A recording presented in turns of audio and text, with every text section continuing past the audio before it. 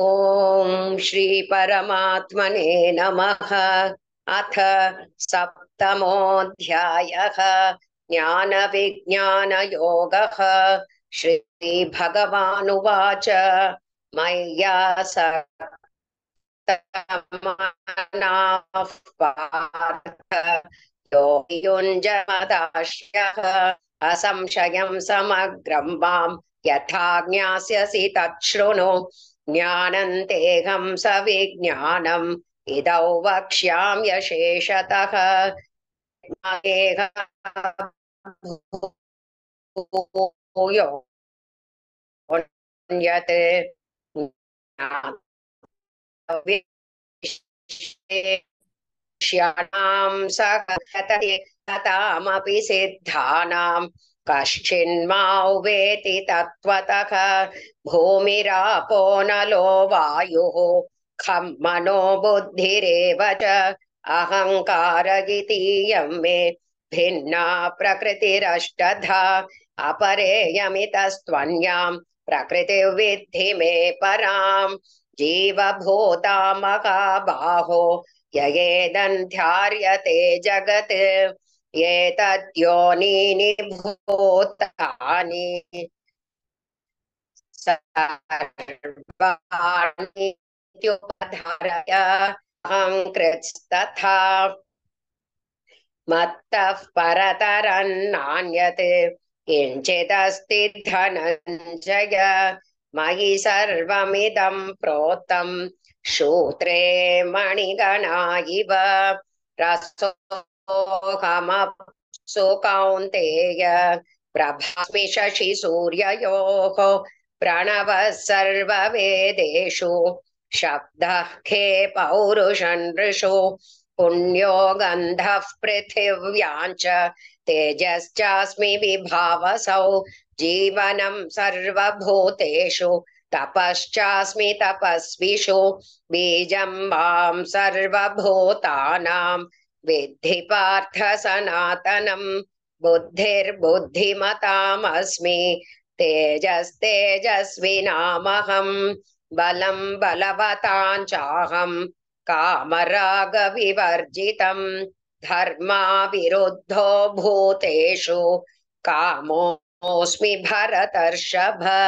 ये चैव सात्विका भावाः राजसास्तामसाश्च ये मत्त एवेति तान् विद्धि न त्वहन्तेषु ते मयि।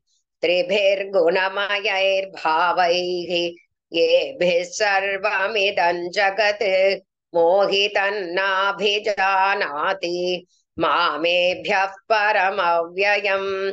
दैवी ह्येषा गुणमयी मम माया तुरत्यया। मामेव ये प्रपद्यन्ते मायामेतान्तरन्ति ते। न मां दुष्कृतिनो मूढाः प्रपद्यन्ते नराधमाः। माययापहृतज्ञानाः आसुरं भावमाश्रिताः। चतुर्विधा भजन्ते मां जनाः सुकृतिनोऽर्जुन। आर्तो जिज्ञासुरर्थार्थी ज्ञानी च भरतर्षभ। तेषां ज्ञानी नित्ययुक्तः एकभक्तिर्विशिष्यते। प्रियो हि ज्ञानिनोत्यर्थम् अहं स च मम प्रियः। उदारा सर्व एवैते ज्ञानी त्वात्मैव मे मतम्। आस्थितः स हि युक्तात्मा मामेवानुत्तमां गतिम्। बहूनां जन्मनामन्ते ज्ञानवान् मां प्रपद्यते। वासुदेवः सर्वमिति स महात्मासु दुर्लभः। कामैस्तैस्तैर्हृतज्ञानाः प्रपद्यन्तेऽन्यदेवताः। तन्तन्नियममास्थाय प्रकृत्या नियता स्वया। यो यो यान्यान्तनुं भक्तः श्रद्धयार्चितुमिच्छति तस्य तस्याचलां श्रद्धां तामेव विदधाम्यहम् सतया श्रद्धया युक्तः तस्याराधनमीहते लभते च ततः कामान् मयैव विहितानि तान् अन्तवत्तु फलं तेषां तद्भवत्यल्पमेधसां देवान् देवयजो यान्ति मद्भक्ता यान्ति मामपि अव्यक्तो अव्यक्तौ व्यक्तिमापन्नं मन्यन्ते माम बुद्धयः परं भावमजानन्तः ममाव्ययमनुत्तमम् नाहं प्रकाशः सर्वस्य योगमाया समावृतः मूढो यन्नाभिजानाति लोको मामजमव्ययम् वेदाहं समतीतानि वर्तमानानि चार्जुन भविष्याणि च भूतानि मां तु वेद न कश्चन इच्छाद्वेषसमुत्थेन द्वन्द्वमोहेन भारत सर्वभूतानि सम्मोहं सर्गे यान्ति परन्तप येषां त्वन्तगतं पापं जनानां पुण्यकर्मणां ते द्वन्द्वमोहनिर्मुक्ताः भजन्ते मां दृढव्रताः जरामरणमोक्षाय मामाश्रित्य यतन्ति ये ते ब्रह्म तद्विदुः कृत्स्नम् अध्यात्मं कर्म चाखिलम् साधिभूताधिदैवं मां साधियज्ञं च ये विदुः प्रयाणकालेऽपि च मां ते विदुर्युक्तचेतसा ॐ तत्सदिति श्रीमद्भगवद्गीतासु उपनिषत्सु ब्रह्मविद्यायां योगशास्त्रे श्रीकृष्णार्जुन संवादे ज्ञानविज्ञानयोगो नाम सप्तमोऽध्यायः सर्वधर्मान् परित्यज्य मामेकं शरणौ व्रज अहं त्वा सर्वपापेभ्यः मोक्षयिष्यामि मा शुचः। ॐ श्री परमात्मने नमः। अथ अष्टमोऽध्यायः अक्षरब्रह्म योगः। अर्जुन उवाच किं तत् ब्रह्म किमध्यात्मं किं कर्म पुरुषोत्तम अधिभूतं च किं प्रोक्तम् अधिदैवं किमुच्यते अधियज्ञः कथं कोत्र देहेऽस्मिन् मधुसूदन प्रयाणकाले च कथं ज्ञेयोऽसि नियतात्मभिः। श्रीभगवानुवाच अक्षरं ब्रह्म परमं स्वभावोऽध्यात्ममुच्यते भूतभावोद्भवकरः विसर्गः कर्म संनितः अधिभूतं क्षरो भावः पुरुषश्चाधिदैवतम् अधियज्ञोऽहमेवात्र देहे देहभृतां वर अन्तकाले च मामेव स्मरन् मुक्त्वा कलेवरन् यः प्रयाति समद्भावं याति नास्त्यत्र संशयः ययौ वापि स्मरन् भावं त्यजत्यन्ते कलेवरं तन्तमेवैति कौन्तेय सदा तद्भावभावितः तस्मात् सर्वेषु कालेषु मामनुस्मर युध्य च मय्यर्पितमनो बुद्धिः मामे वैश्यस्य संशयम् अभ्यासयोगयुक्तेन चेतसा नान्यगामिना परमं पुरुषं दिव्यं याति पार्थानुचिन्तयन् कविं पुराणमनुशासितारम्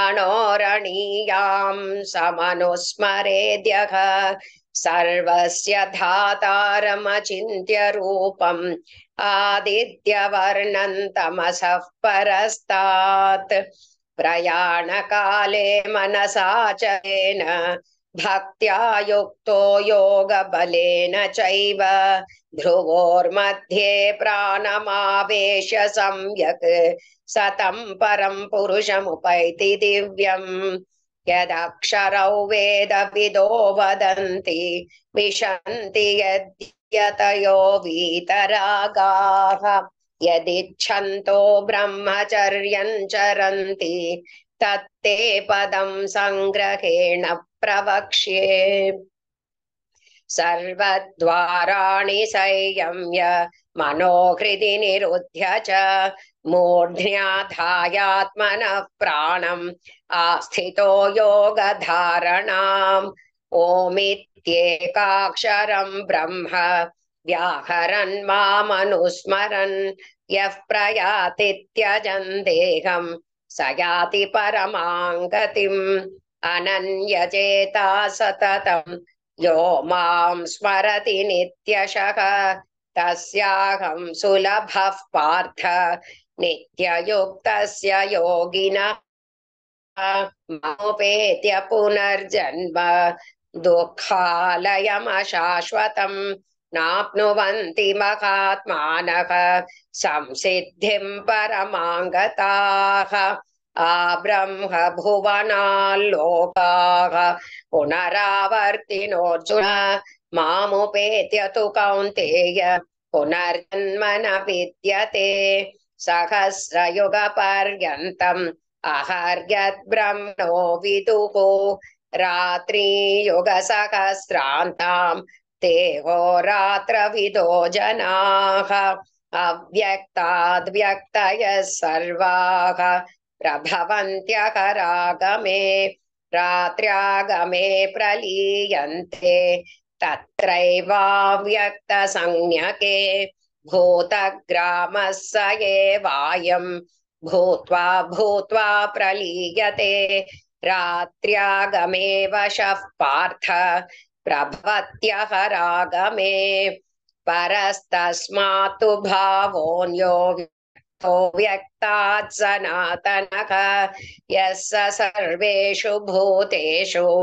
नश्यत्सु न विनश्यति अव्यक्तोऽक्षर इत्युक्तः तमाहुः परमां गतिं यं प्राप्य न निवर्तन्ते तद्धाम परमं मम पुरुषः स परः पार्थ भक्त्या लभ्यस्त्वनन्यया यस्यान्तस्थानि भूतानि येन सर्वमिदं ततम् यत्र काले त्वनावृत्तिम् आवृत्तिं चैव योगिनः प्रयाता यान्ति तं कालं वक्ष्यामि भरतर्षभ अग्निर्ज्योतिरः शुक्लः षण्मासा उत्तरायणम् तत्र प्रयाता गच्छन्ति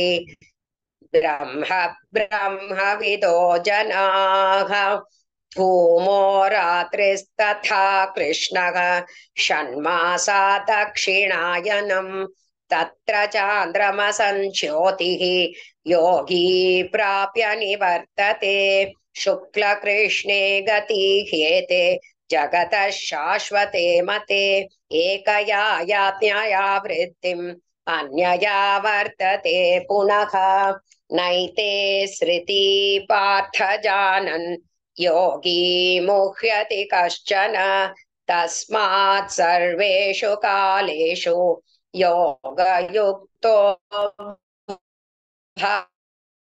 भवार्जुन वेदेषु चैव प्रदिष्टम् अत्येति तत्सर्वमिदौ विदित्वा योगी परं स्थानमुपैति चाद्यम् ॐ तत्सदिति श्रीमद्भगवद्गीतासु उपनिषत्सु ब्रह्मविद्यायां योगशास्त्रे श्रीकृष्णार्जुन संवादे अक्षर ब्रह्म योगो नाम अष्टमोऽध्यायः सर्वधर्मान् परित्यज्य मामेकं शरणौ व्रज अहं त्वा सर्वपापेभ्यः मोक्षयिष्यामि मा शुचः।